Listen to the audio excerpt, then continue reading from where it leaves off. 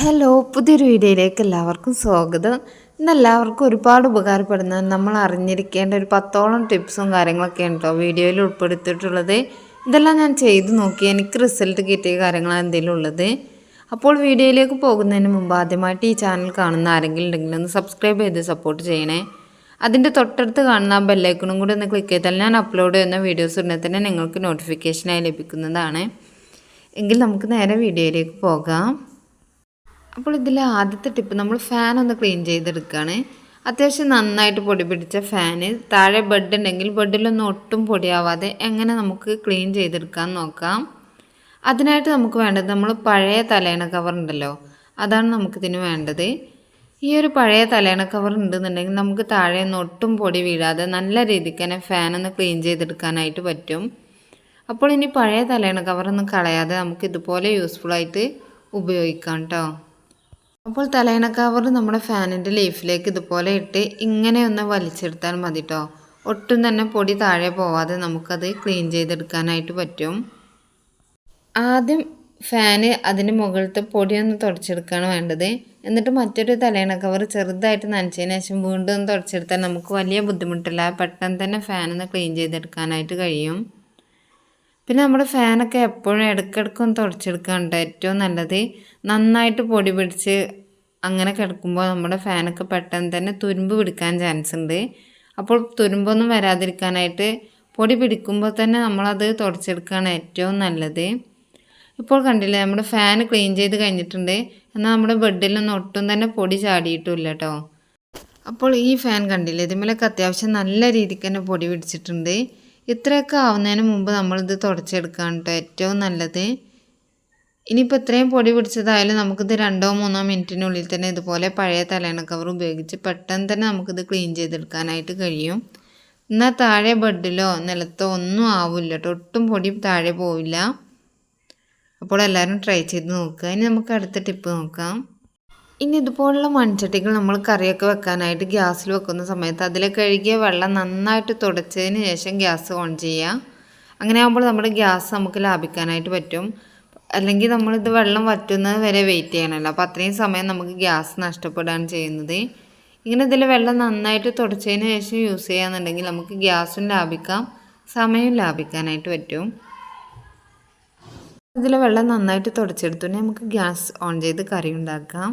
ഇനി നമ്മൾ ചായ ഉണ്ടാക്കി വെച്ച് കുറച്ച് കഴിയുമ്പോഴേക്കും അതങ്ങ് തണുത്ത് പോകും. അപ്പോൾ വീണ്ടും കുടിക്കാൻ വരുന്നവർക്ക് ഒന്നെങ്കിൽ നമ്മൾ പുതിയ ചായ ഉണ്ടാക്കി കൊടുക്കണം, അല്ലെങ്കിൽ നമ്മളിതൊന്ന് ചൂടാക്കി കൊടുക്കണം. ഇത് ചൂടാക്കി വീണ്ടും ചായ കുടിക്കുന്നത് നമ്മുടെ ഹെൽത്തിന് ഒട്ടും നല്ലതല്ല. പുതിയതുണ്ടാക്കുന്നത് നമുക്ക് ടൈമും വേസ്റ്റാണ്, അതുപോലെ തന്നെ ഗ്യാസിനും ചിലവാണ്. അപ്പോൾ ഇതുപോലെ ഒരു കാസറോൾ ഉണ്ടെന്നുണ്ടെങ്കിൽ അതിലേക്ക് ഇറക്കി വെക്കാൻ പറ്റുന്ന ഒരു പാത്രത്തിലേക്ക് നമ്മുടെ ചായ ഒഴിച്ച് വെച്ച് ഒന്ന് അടച്ചു വെച്ചാൽ ഒരു 2-3 മണിക്കൂർ വരെ ചായ ഒട്ടും തന്നെ ചൂടാറാതെ നമുക്ക് എടുത്തു വെക്കാനായിട്ട് കഴിയും. നമുക്ക് ഫ്ലാസ്കിലേക്കും ചായ ഇതുപോലെ ഒഴിച്ച് വെക്കാം, പക്ഷേ ആ ചായക്ക് ഒട്ടും ടേസ്റ്റ് ഉണ്ടാവില്ല കേട്ടോ. ഇങ്ങനെ ചെയ്താൽ നമ്മുടെ ചായക്ക് ടേസ്റ്റും മാറില്ല, അതുപോലെ തന്നെ ചൂടും ഒട്ടും പോവില്ല. ഇതിന് പകരം നമുക്ക് പഴയ കുക്കറോ അല്ലെങ്കിൽ റൈസ് കുക്കറിലേക്കൊക്കെ ഇതുപോലെ ഒഴിച്ച് വെക്കാനായിട്ട് പറ്റും കേട്ടോ. ഇനി കറിക്കൊക്കെ വേണ്ടിയിട്ട് നമ്മൾ കടലയോ അതുപോലെ ഗ്രീൻ പീസൊക്കെ വെള്ളത്തിലിട്ട് വെക്കാനായിട്ട് മറന്നാൽ ഇതുപോലെ ഒരു കാസറോളിലേക്ക് ഇട്ടിട്ട് നല്ല തിളച്ച വെള്ളം ഒന്ന് ഒഴിച്ച് ഒരു 1/2 മണിക്കൂർ ഒന്ന് റെസ്റ്റ് ചെയ്യാനായിട്ട് വെച്ചാൽ നമ്മുടെ കടല നന്നായിട്ട് സോക്കായിട്ട് വരും കേട്ടോ. അപ്പോൾ ഇനി വെള്ളത്തിലൊക്കെ കടലയോ അതുപോലെ ഗ്രീൻ പീസോ ചെറുപയറൊക്കെ വെള്ളത്തിലിട്ട് വെക്കാനായിട്ട് മറന്നാൽ പെട്ടെന്ന് തന്നെ ചെയ്തെടുക്കാൻ പറ്റിയൊരു ടിപ്പാണിത്. അതുപോലെ തന്നെ നമ്മൾ ദോശക്കും ഇഡ്ലിക്കൊക്കെ വേണ്ടിയിട്ട് അരിയും ഉഴുന്നൊക്കെ വെള്ളത്തിലിടാൻ മറന്നാൽ ഇതുപോലെ ചെയ്താൽ മതി കേട്ടോ. ഒന്ന് കാസറോളിലേക്ക് ഇട്ട് കൊടുത്തിട്ട് തിളച്ച വെള്ളം ഒഴിച്ച് ഒരു 1/2 മണിക്കൂർ ഒന്ന് മൂടി വെച്ചാൽ പെട്ടെന്ന് തന്നെ നമ്മുടെ അരി ഉഴുന്നും അതുപോലെ തന്നെ കടലയൊക്കെ ഒന്ന് കുതിർന്ന് കിട്ടും. ഇനി ഇത് വെള്ളത്തിലിട്ട് വെക്കാൻ മറന്നാലും പേടിക്കാനില്ല, ഇതുപോലെ ഒന്ന് ചെയ്താൽ മതി. ഇത് നമ്മുടെ ഗ്രീൻ പീസൊക്കെ നന്നായിട്ട് തന്നെ ഒന്ന് കുതിർന്ന് കിട്ടിയിട്ടുണ്ട്. ഇനി നമുക്ക് കറി ഉണ്ടാക്കാം. ഇനി നമുക്ക് പച്ചമുളകൊക്കെ എങ്ങനെ കുറച്ച് കാലം ഒന്ന് കേടുകൂടാതെ ഒന്ന് സൂക്ഷിച്ച് വെക്കാൻ നോക്കാം. അപ്പോൾ ഈ പച്ചമുളകിൻ്റെ ഞെട്ടിൻ്റെ ഭാഗമാണ് കേട്ടോ പെട്ടെന്ന് തന്നെ ചീഞ്ഞു പോവുക. അപ്പോൾ ഇത് എടുത്തു വെക്കുന്ന സമയത്ത് നമ്മൾ ഇതിൻ്റെ ഞെട്ടൊന്ന് ഒഴിവാക്കിയതിന് ശേഷമാണ് എടുത്തു വെക്കേണ്ടത്. അതുപോലെ തന്നെ നമ്മളിത് ഞെട്ടൊക്കെ കളയുന്ന സമയത്ത് ഇതിൽ എന്തെങ്കിലും കേടുവന്ന തുടങ്ങിയ പച്ചമുളകൊക്കെ ഉണ്ടെന്നുണ്ടെങ്കിൽ അതൊന്ന് മാറ്റിയതിന് ശേഷം വേണം കേട്ടോ നമ്മളിത് എടുത്തു വെക്കാനായിട്ട്. കാരണം ഇത് ഒരെണ്ണം കേടുവന്നാൽ പിന്നെ മറ്റേതൊക്കെ അതുപോലെ തന്നെ അങ്ങ് കേടുവന്ന് പോവും. ഇനി ഒരു എയർ ടൈറ്റ് കണ്ടെയ്നറിൽ ഒരു ടിഷ്യൂ അല്ലെങ്കിൽ പേപ്പർ എന്തെങ്കിലും ഒന്ന് വെച്ച് കൊടുത്തതിന് ശേഷം നമുക്കതിൽ പച്ചമുളക് ഇട്ട് കൊടുക്കാം. ഇനി ഇത് നന്നായിട്ടൊന്ന് അടച്ചു വെച്ചതിന് ശേഷം നമുക്കിത് ഫ്രിഡ്ജിൽ സൂക്ഷിച്ചാൽ കുറേ കാലം നമുക്കിത് കേടുകൂടാതെ തന്നെ ഒന്ന് എടുത്തു വെക്കാനായിട്ട് സാധിക്കും കേട്ടോ. ഇങ്ങനെ എടുത്തു വെച്ചാൽ നമുക്ക് ഈ പച്ചമുളക് ഒട്ടും കേടുകൂടാതെ തന്നെ കുറേ കാലം എടുത്തു വെക്കാനായിട്ട് കഴിയും കേട്ടോ. ഇനി നമുക്ക് ഇതുപോലെ കത്തി എങ്ങനെ മൂർച്ച കൂട്ടിയെടുക്കാൻ നോക്കാം. നമ്മൾ എപ്പോഴും ഉപയോഗിക്കുന്ന കത്തി പെട്ടെന്ന് തന്നെ അതിൻ്റെ മൂർച്ചയെല്ലാം ഒന്ന് കുറഞ്ഞു പോകുമല്ലോ. അപ്പോൾ ഇതുപോലെ നമ്മൾ ഉപയോഗിക്കുന്ന ഈ സെറാമിക്കിൻ്റെ കോപ്പിങ് കപ്പൊക്കെ ഉണ്ടാവുമല്ലോ, അതിൻ്റെ ബാക്കിലൊന്ന് ഇതുപോലെ ഒന്ന് ചെറുതായിട്ടൊന്ന് ഉരച്ച് കൊടുത്താൽ നമ്മുടെ കത്തി നന്നായിട്ട് തന്നെ മൂർച്ച കൂടി വരും കേട്ടോ. ഇനി ഇതിന് പകരം നമുക്ക് ടൈൽസിൻ്റെ കഷ്ണം ഉണ്ടെങ്കിൽ അതും യൂസ് ചെയ്യാം. പണ്ടൊക്കെ പറഞ്ഞാൽ അമ്മിയിലോ അല്ലെങ്കിൽ ഉരലിലോ കല്ലിലൊക്കെ ഇതുപോലെ ഒന്ന് ഉരച്ച് കൊടുത്താൽ തന്നെ നന്നായിട്ട് കത്തി മൂർച്ചയായിട്ട് കിട്ടും. അങ്ങനെ ചെയ്താൽ നമ്മുടെ കത്തി നന്നായിട്ട് മൂർച്ചയായി കിട്ടും കേട്ടോ. ഈ കത്തിയുടെ ഒരു ഭാഗം മുകളിലേക്കാണെന്നുണ്ടെങ്കിൽ മറ്റേ ഭാഗം താഴേക്കാണ് കേട്ടോ ഉരച്ച് കൊടുക്കേണ്ടത്. അങ്ങനെ ചെയ്താൽ നമ്മുടെ കത്തി പെട്ടെന്ന് തന്നെ നന്നായിട്ട് തന്നെ ഒന്ന് മൂർച്ച കൂടി കിട്ടും. ഇപ്പോൾ കണ്ടില്ല, ഇത് നന്നായിട്ട് തന്നെ നല്ല ഷാർപ്പായിട്ട് കിട്ടിയിട്ടുണ്ട് കേട്ടോ. അപ്പോൾ ഇനി കത്തി മൂർച്ചയൊക്കെ പോകുന്ന സമയത്ത് ഇതുപോലെ ഒന്ന് ചെയ്ത് നോക്കൂ. നമുക്ക് നമ്മുടെ കത്തി നല്ല സിമ്പിളായിട്ട് തന്നെ മൂർച്ച കൂട്ടിയെടുക്കാനായിട്ട് കഴിയും. ഇനി അടുത്ത ടിപ്പ് നോക്കാം. നമ്മളിതുപോലെ വെളിച്ചെണ്ണ ഒന്ന് ആട്ടിയെടുക്കുന്ന സമയത്ത് അല്ലെങ്കിൽ കടയിൽ നിന്ന് വാങ്ങുകയാണെങ്കിലും അത് പെട്ടെന്ന് തന്നെ ഒന്ന് കാറിപ്പോവുകയോ കേടുവന്ന് പോവുകയൊക്കെ ചെയ്യാതിരിക്കാനായിട്ട് അതിലേക്ക് ഇതുപോലെ കുറച്ച് നന്നായിട്ട് ഉണങ്ങിയ കുരുമുളക് ഇട്ട് കൊടുത്താൽ മതി കേട്ടോ. ഇങ്ങനെ കുരുമുളക് ഇട്ട് വെച്ചാൽ നമ്മുടെ വെളിച്ചെണ്ണ നമുക്ക് കുറേ കാലം കേടുകൂടാതെ തന്നെ എടുത്തു വെക്കാനായിട്ട് കഴിയും. അതുപോലെ തന്നെ എപ്പോഴും ശ്രദ്ധിക്കണം, നമ്മൾ വെളിച്ചെണ്ണയോ അല്ലെങ്കിൽ എണ്ണയൊക്കെ ആണെങ്കിലും കുപ്പിയിലേക്ക് ഒഴിക്കുന്നതിന് മുമ്പ് അത് നന്നായിട്ട് കഴുകി ഉണക്കി ഒട്ടും തന്നെ വെള്ളമില്ലാത്ത കുപ്പിയിലായിരിക്കണം നമ്മൾ വെളിച്ചെണ്ണയൊക്കെ ഒഴിച്ച് വെക്കേണ്ടത്. അങ്ങനെയാണെന്നുണ്ടെങ്കിലാണ് നമുക്കിത് ഒരുപാട് കാലം കേടുകൂടാതെ സൂക്ഷിക്കാനായിട്ട് കഴിയുക. വെള്ളത്തിൻ്റെ നനവുണ്ടെങ്കിൽ പെട്ടെന്ന് തന്നെ നമ്മുടെ എണ്ണയൊക്കെ കേടുവന്ന് പോകും കേട്ടോ. ഇനി കുരുമുളകിന് പകരം നമുക്ക് കല്ലുപ്പിട്ട് കൊടുത്താലും നമ്മുടെ വെളിച്ചെണ്ണ ഒട്ടും തന്നെ കേടുകൂടാതെ ഒരുപാട് കാലം നമുക്ക് എടുത്തു വെക്കാനായിട്ട് കഴിയും. ഇതിലേതെങ്കിലും ഒന്നിട്ട് കൊടുത്താലും മതി കേട്ടോ. ഇനി നമ്മൾ എപ്പോഴും നമ്മുടെ ഭക്ഷണത്തിൽ ഉൾപ്പെടുത്തേണ്ട ഒന്നാണ് ഇലക്കറികൾ. ഇപ്പോൾ കർക്കിടക മാസമാണ്, അതുപോലെ തന്നെ മഴക്കാലമാണ്. നമ്മുടെ തൊടിയിലും പറമ്പിലൊക്കെ ഇഷ്ടംപോലെ ഇലകൾ ഉണ്ടായിട്ടുണ്ടാവും. അപ്പോൾ നമ്മളിവിടെ എപ്പോഴും ഉണ്ടാക്കുന്ന ഒന്നാണ് ഈ കഞ്ഞിത്തൂവ എന്നാണ് ഇവിടെ പറയുക. ഇത് നമ്മുടെ കറിക്കൊക്കെ ഉപയോഗിക്കാനായിട്ട് നല്ല ടേസ്റ്റാണ്, താളിക്കാനായിട്ടൊക്കെ. അപ്പോൾ ഞാനിത് താളിക്കാനായിട്ട് എടുക്കുകയാണ്. ഇത് നല്ല ചൊറിച്ചിലായിരിക്കും നമ്മുടെ കയ്യിൽ തട്ടിയാൽ. നമ്മളിതിപ്പോൾ കൈകൊണ്ട് പൊട്ടിച്ചെടുക്കുകയെന്നുണ്ടെങ്കിൽ നന്നായിട്ട് ചൊറിയും.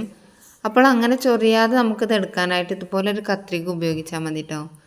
കത്രിക കൊണ്ട് ഇതുപോലെ ഒന്ന് കട്ട് ചെയ്തെടുത്താൽ നമുക്ക് ഒട്ടും തന്നെ കൈ ചൊറിയാതെ ഇത് എടുക്കാനായിട്ട് കഴിയും. ഇതിനിവിടെ തുവ കഞ്ഞിത്തുവ എന്നൊക്കെ പറയും. നിങ്ങളുടെ നാട്ടിൽ ഇതിനെന്താണ് പറയാമെന്നൊന്ന് കമൻറ്റ് ചെയ്യുന്നുണ്ട് കേട്ടോ. ഇത് വെച്ചിട്ടാണ് നമ്മളിന്ന് താളിപ്പുണ്ടാക്കുന്നത്.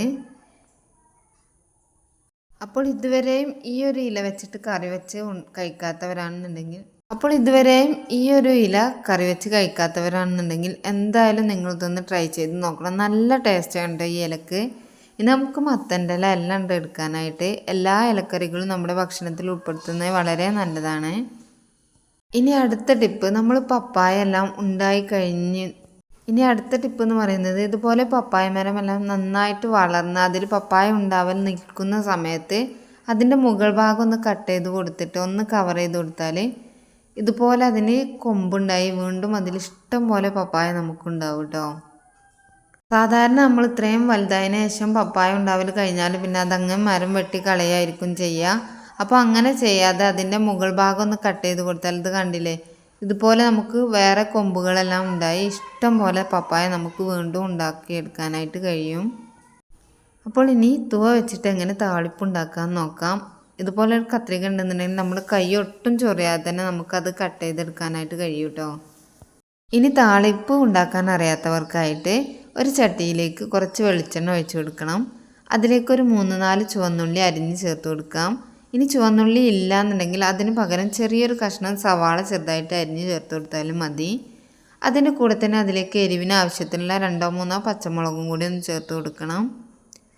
ഇനി ചുവന്നുള്ളി ഒരു ബ്രൗൺ കളർ ആവുന്ന സമയത്ത് അതിലേക്ക് കഞ്ഞിവെള്ളം ഉണ്ടല്ലോ അതൊന്ന് ചേർത്ത് കൊടുക്കാം. അതൊന്ന് തിളച്ച് വരുന്ന സമയത്ത് അതിലേക്ക് ഉപ്പും കറിയിലേക്ക് ആവശ്യത്തിനുള്ള ഉപ്പും ചേർത്ത് കൊടുത്ത് നമ്മുടെ ക്ലീൻ ചെയ്ത് വെച്ചിരിക്കുന്ന ഇലയും ചേർത്ത് കൊടുക്കാം. എന്നിട്ട് അതൊന്ന് വേവിച്ചെടുക്കുകയാണ് കേട്ടോ വേണ്ടത്. നല്ല ടേസ്റ്റാണ് ഇത് ചോറിൻ്റെ കൂടെ കഴിക്കാനായിട്ട്. ഇതുവരെയും താളിപ്പുണ്ടാക്കി കഴിക്കാത്തവരാണെന്നുണ്ടെങ്കിൽ എന്തായാലും ഒന്ന് ട്രൈ ചെയ്ത് നോക്കണം. അപ്പോൾ ഇന്നത്തെ ഈ വീഡിയോ നിങ്ങൾക്ക് ഇഷ്ടമായിട്ടുണ്ടെങ്കിൽ, യൂസ്ഫുള്ളായി തോന്നിയിട്ടുണ്ടെങ്കിൽ എന്തായാലും ഇതൊന്ന് ലൈക്ക് ചെയ്യണം. നിങ്ങളുടെ ഫ്രണ്ട്സിനും ഫാമിലിക്കും ഒന്ന് ഷെയറും കൂടി ചെയ്ത് കൊടുക്കണം. ഇനി മറ്റൊരു അടിപൊളി വീഡിയോയുമായി വീണ്ടും കാണാം. Thanks for watching.